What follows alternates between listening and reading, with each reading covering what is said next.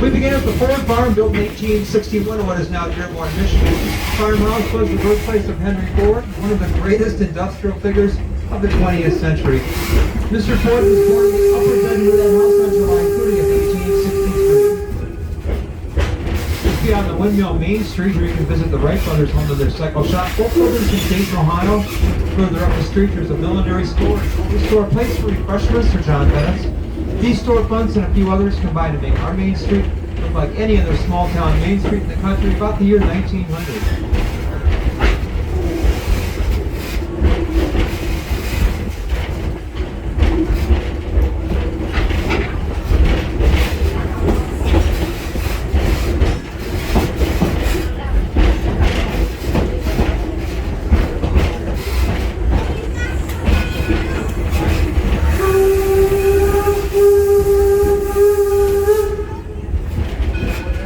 They come from Menlo Park, New Jersey, to Thomas Edison's Menlo Park Laboratory, where he invented the microphone, phonograph, electric incandescent light bulb, and hundreds of other patented electric inventions.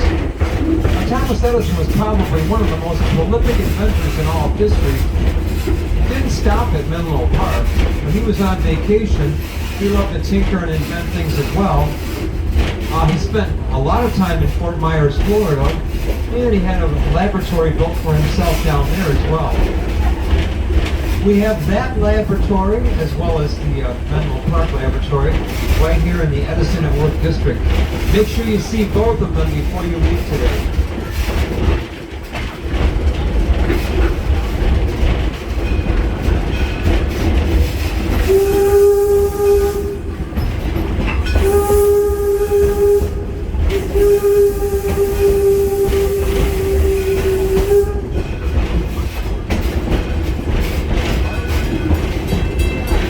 Into our Purchase and Parlors District, selection of historic American homes and buildings. Folks, we've got some great portal opportunities out here as well. The new gazebo, we've got a covered bridge, some ponds out here, lots of beautiful gardens planted around some of these historic homes. If you'd like to get out and stretch your legs a bit and enjoy some of the sights and sounds in Porches and Parlors, the station that we're approaching would be a good place to be. We will be stopping shortly in Susquehanna. For your safety, stay seated until we do. The platform here is going to be on the left.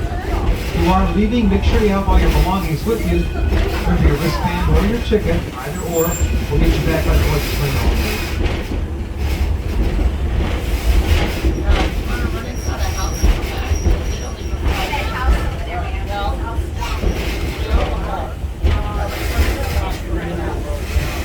Folks, stay seated till we come to a complete stop. Purchased it and the outlying buildings, had them shipped across the pond to rebuilt here. Nice little gift for his wife.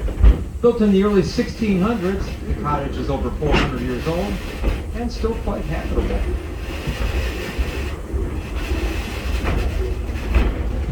The windmill ahead comes from Cape Cod. It was built in the mid-1660s and used to grind corn. The Ford dealerships on Cape Cod got together, purchased the windmill, had it rebuilt here in Greenville Village in time for our opening in October of 1929. is one of the original 28 buildings on site here that were moved here.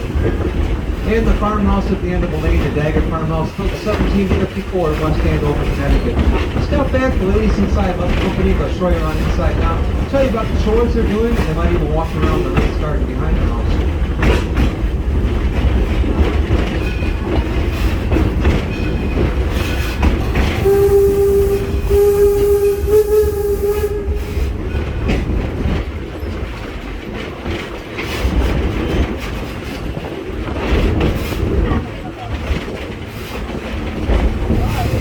Locomotive pulling our train today, the number 7, was built in 1897 at the Baltimore Locomotive Works in Philadelphia, Pennsylvania. It's part of the rolling stock of the UT&I Railroad when Henry Ford owned that railroad.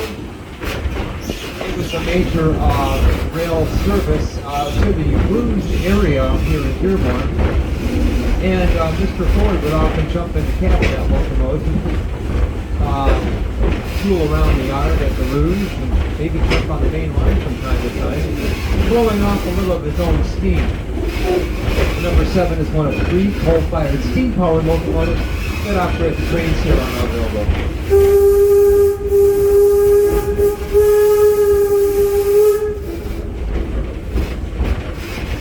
We're entering the Oxbow Island district of the village, part of a wetlands project that stretches from Northville, Michigan all the way to the Detroit River.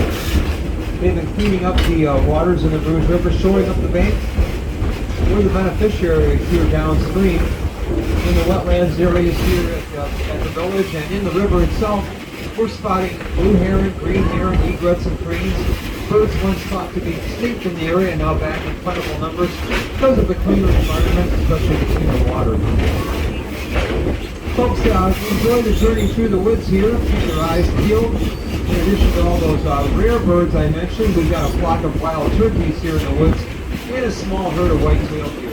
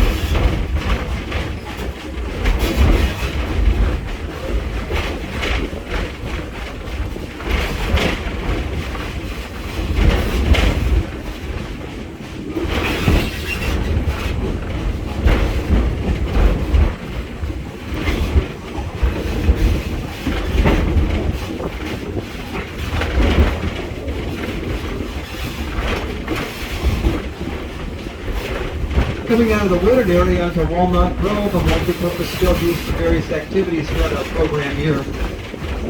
We're getting the field ready here for potential old car racing this weekend. We will be celebrating the Old Car Festival here Saturday, September 10th and Sunday, September 11th.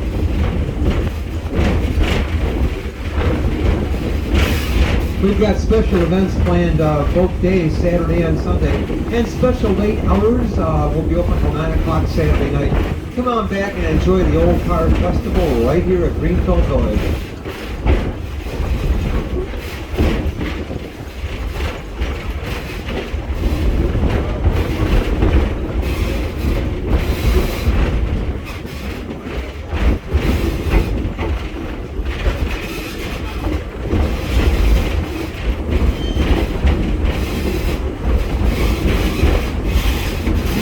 We're now passing through the main campus of the Henry Ford Academy, a fully accredited charter public high school here on the grounds, a joint venture of Wayne County Regional Services and the Ford Motor Company.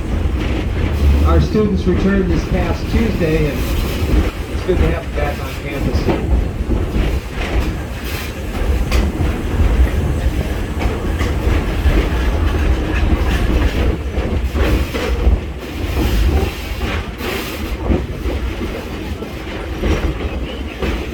Body of water on the left. This is Swanee Lagoon, natural catch basin for flood water and rainwater runoff here.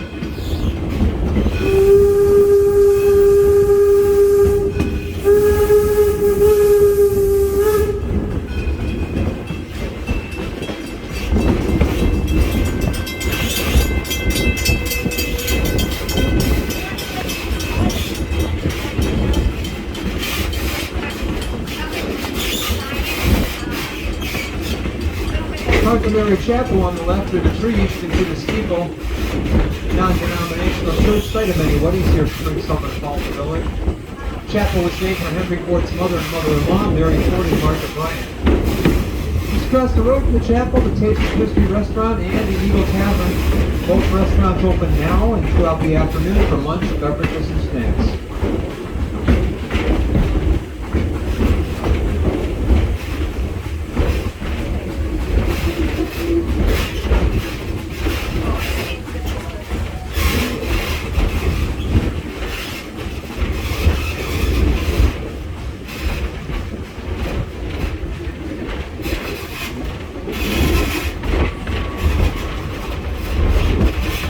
We're now entering our Railroad Junction district and will soon be stopping at Smiths Creek Depot.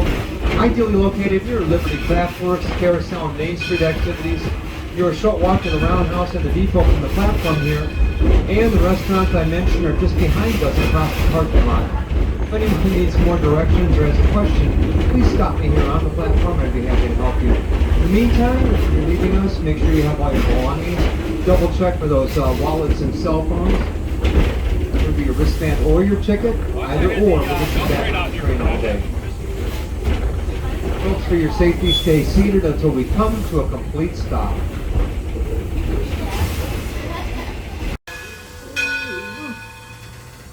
We'll say goodbye to Jeff here at Smith Creek, and also to Bill, who is presenting in Smith Creek Depot. If you ever have a chance, stop by the Smith Creek Train Depot, built in 1858 by Grand Trunk Railroad. It was the first stop on its way from Port Huron down to Detroit. Even though it was only 8 miles from Port Huron, it was in the countryside. So the station master and family were allowed to live at the depot and conduct railroad operations. On the right, you'll see our collection of boxcars that were used to transport freight around the United States.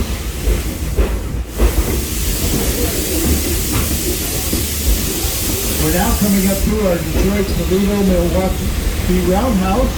This was built in 1884 in Marshall, Michigan. The purpose was for the service and maintenance of steam locomotives.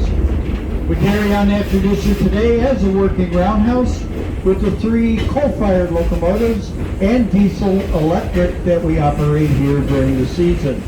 The main building, though, is still closed, but you are welcome to walk by the front and look in through the big doors. Just past the roundhouse, you'll see the backside of Liberty Craft Works and our sawmill.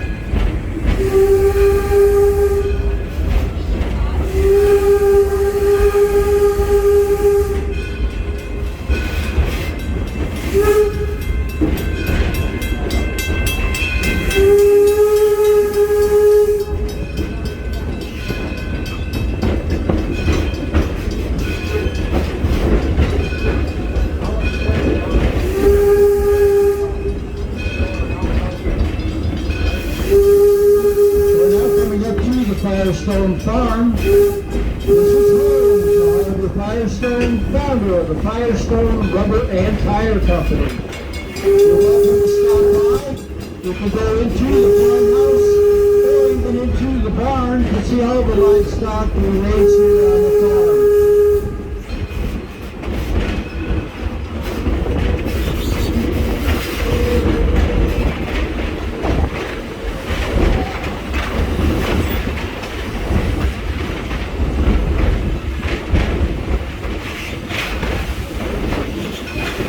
As we come into Firestone Station, I ask everybody to please look about you. Make sure you have all of your belongings, as well as cell phones. And then if you would, remain seated until we come to a complete stop. Once the whistle sounds, it will be safe to exit on the right-hand side. Please wait for that whistle.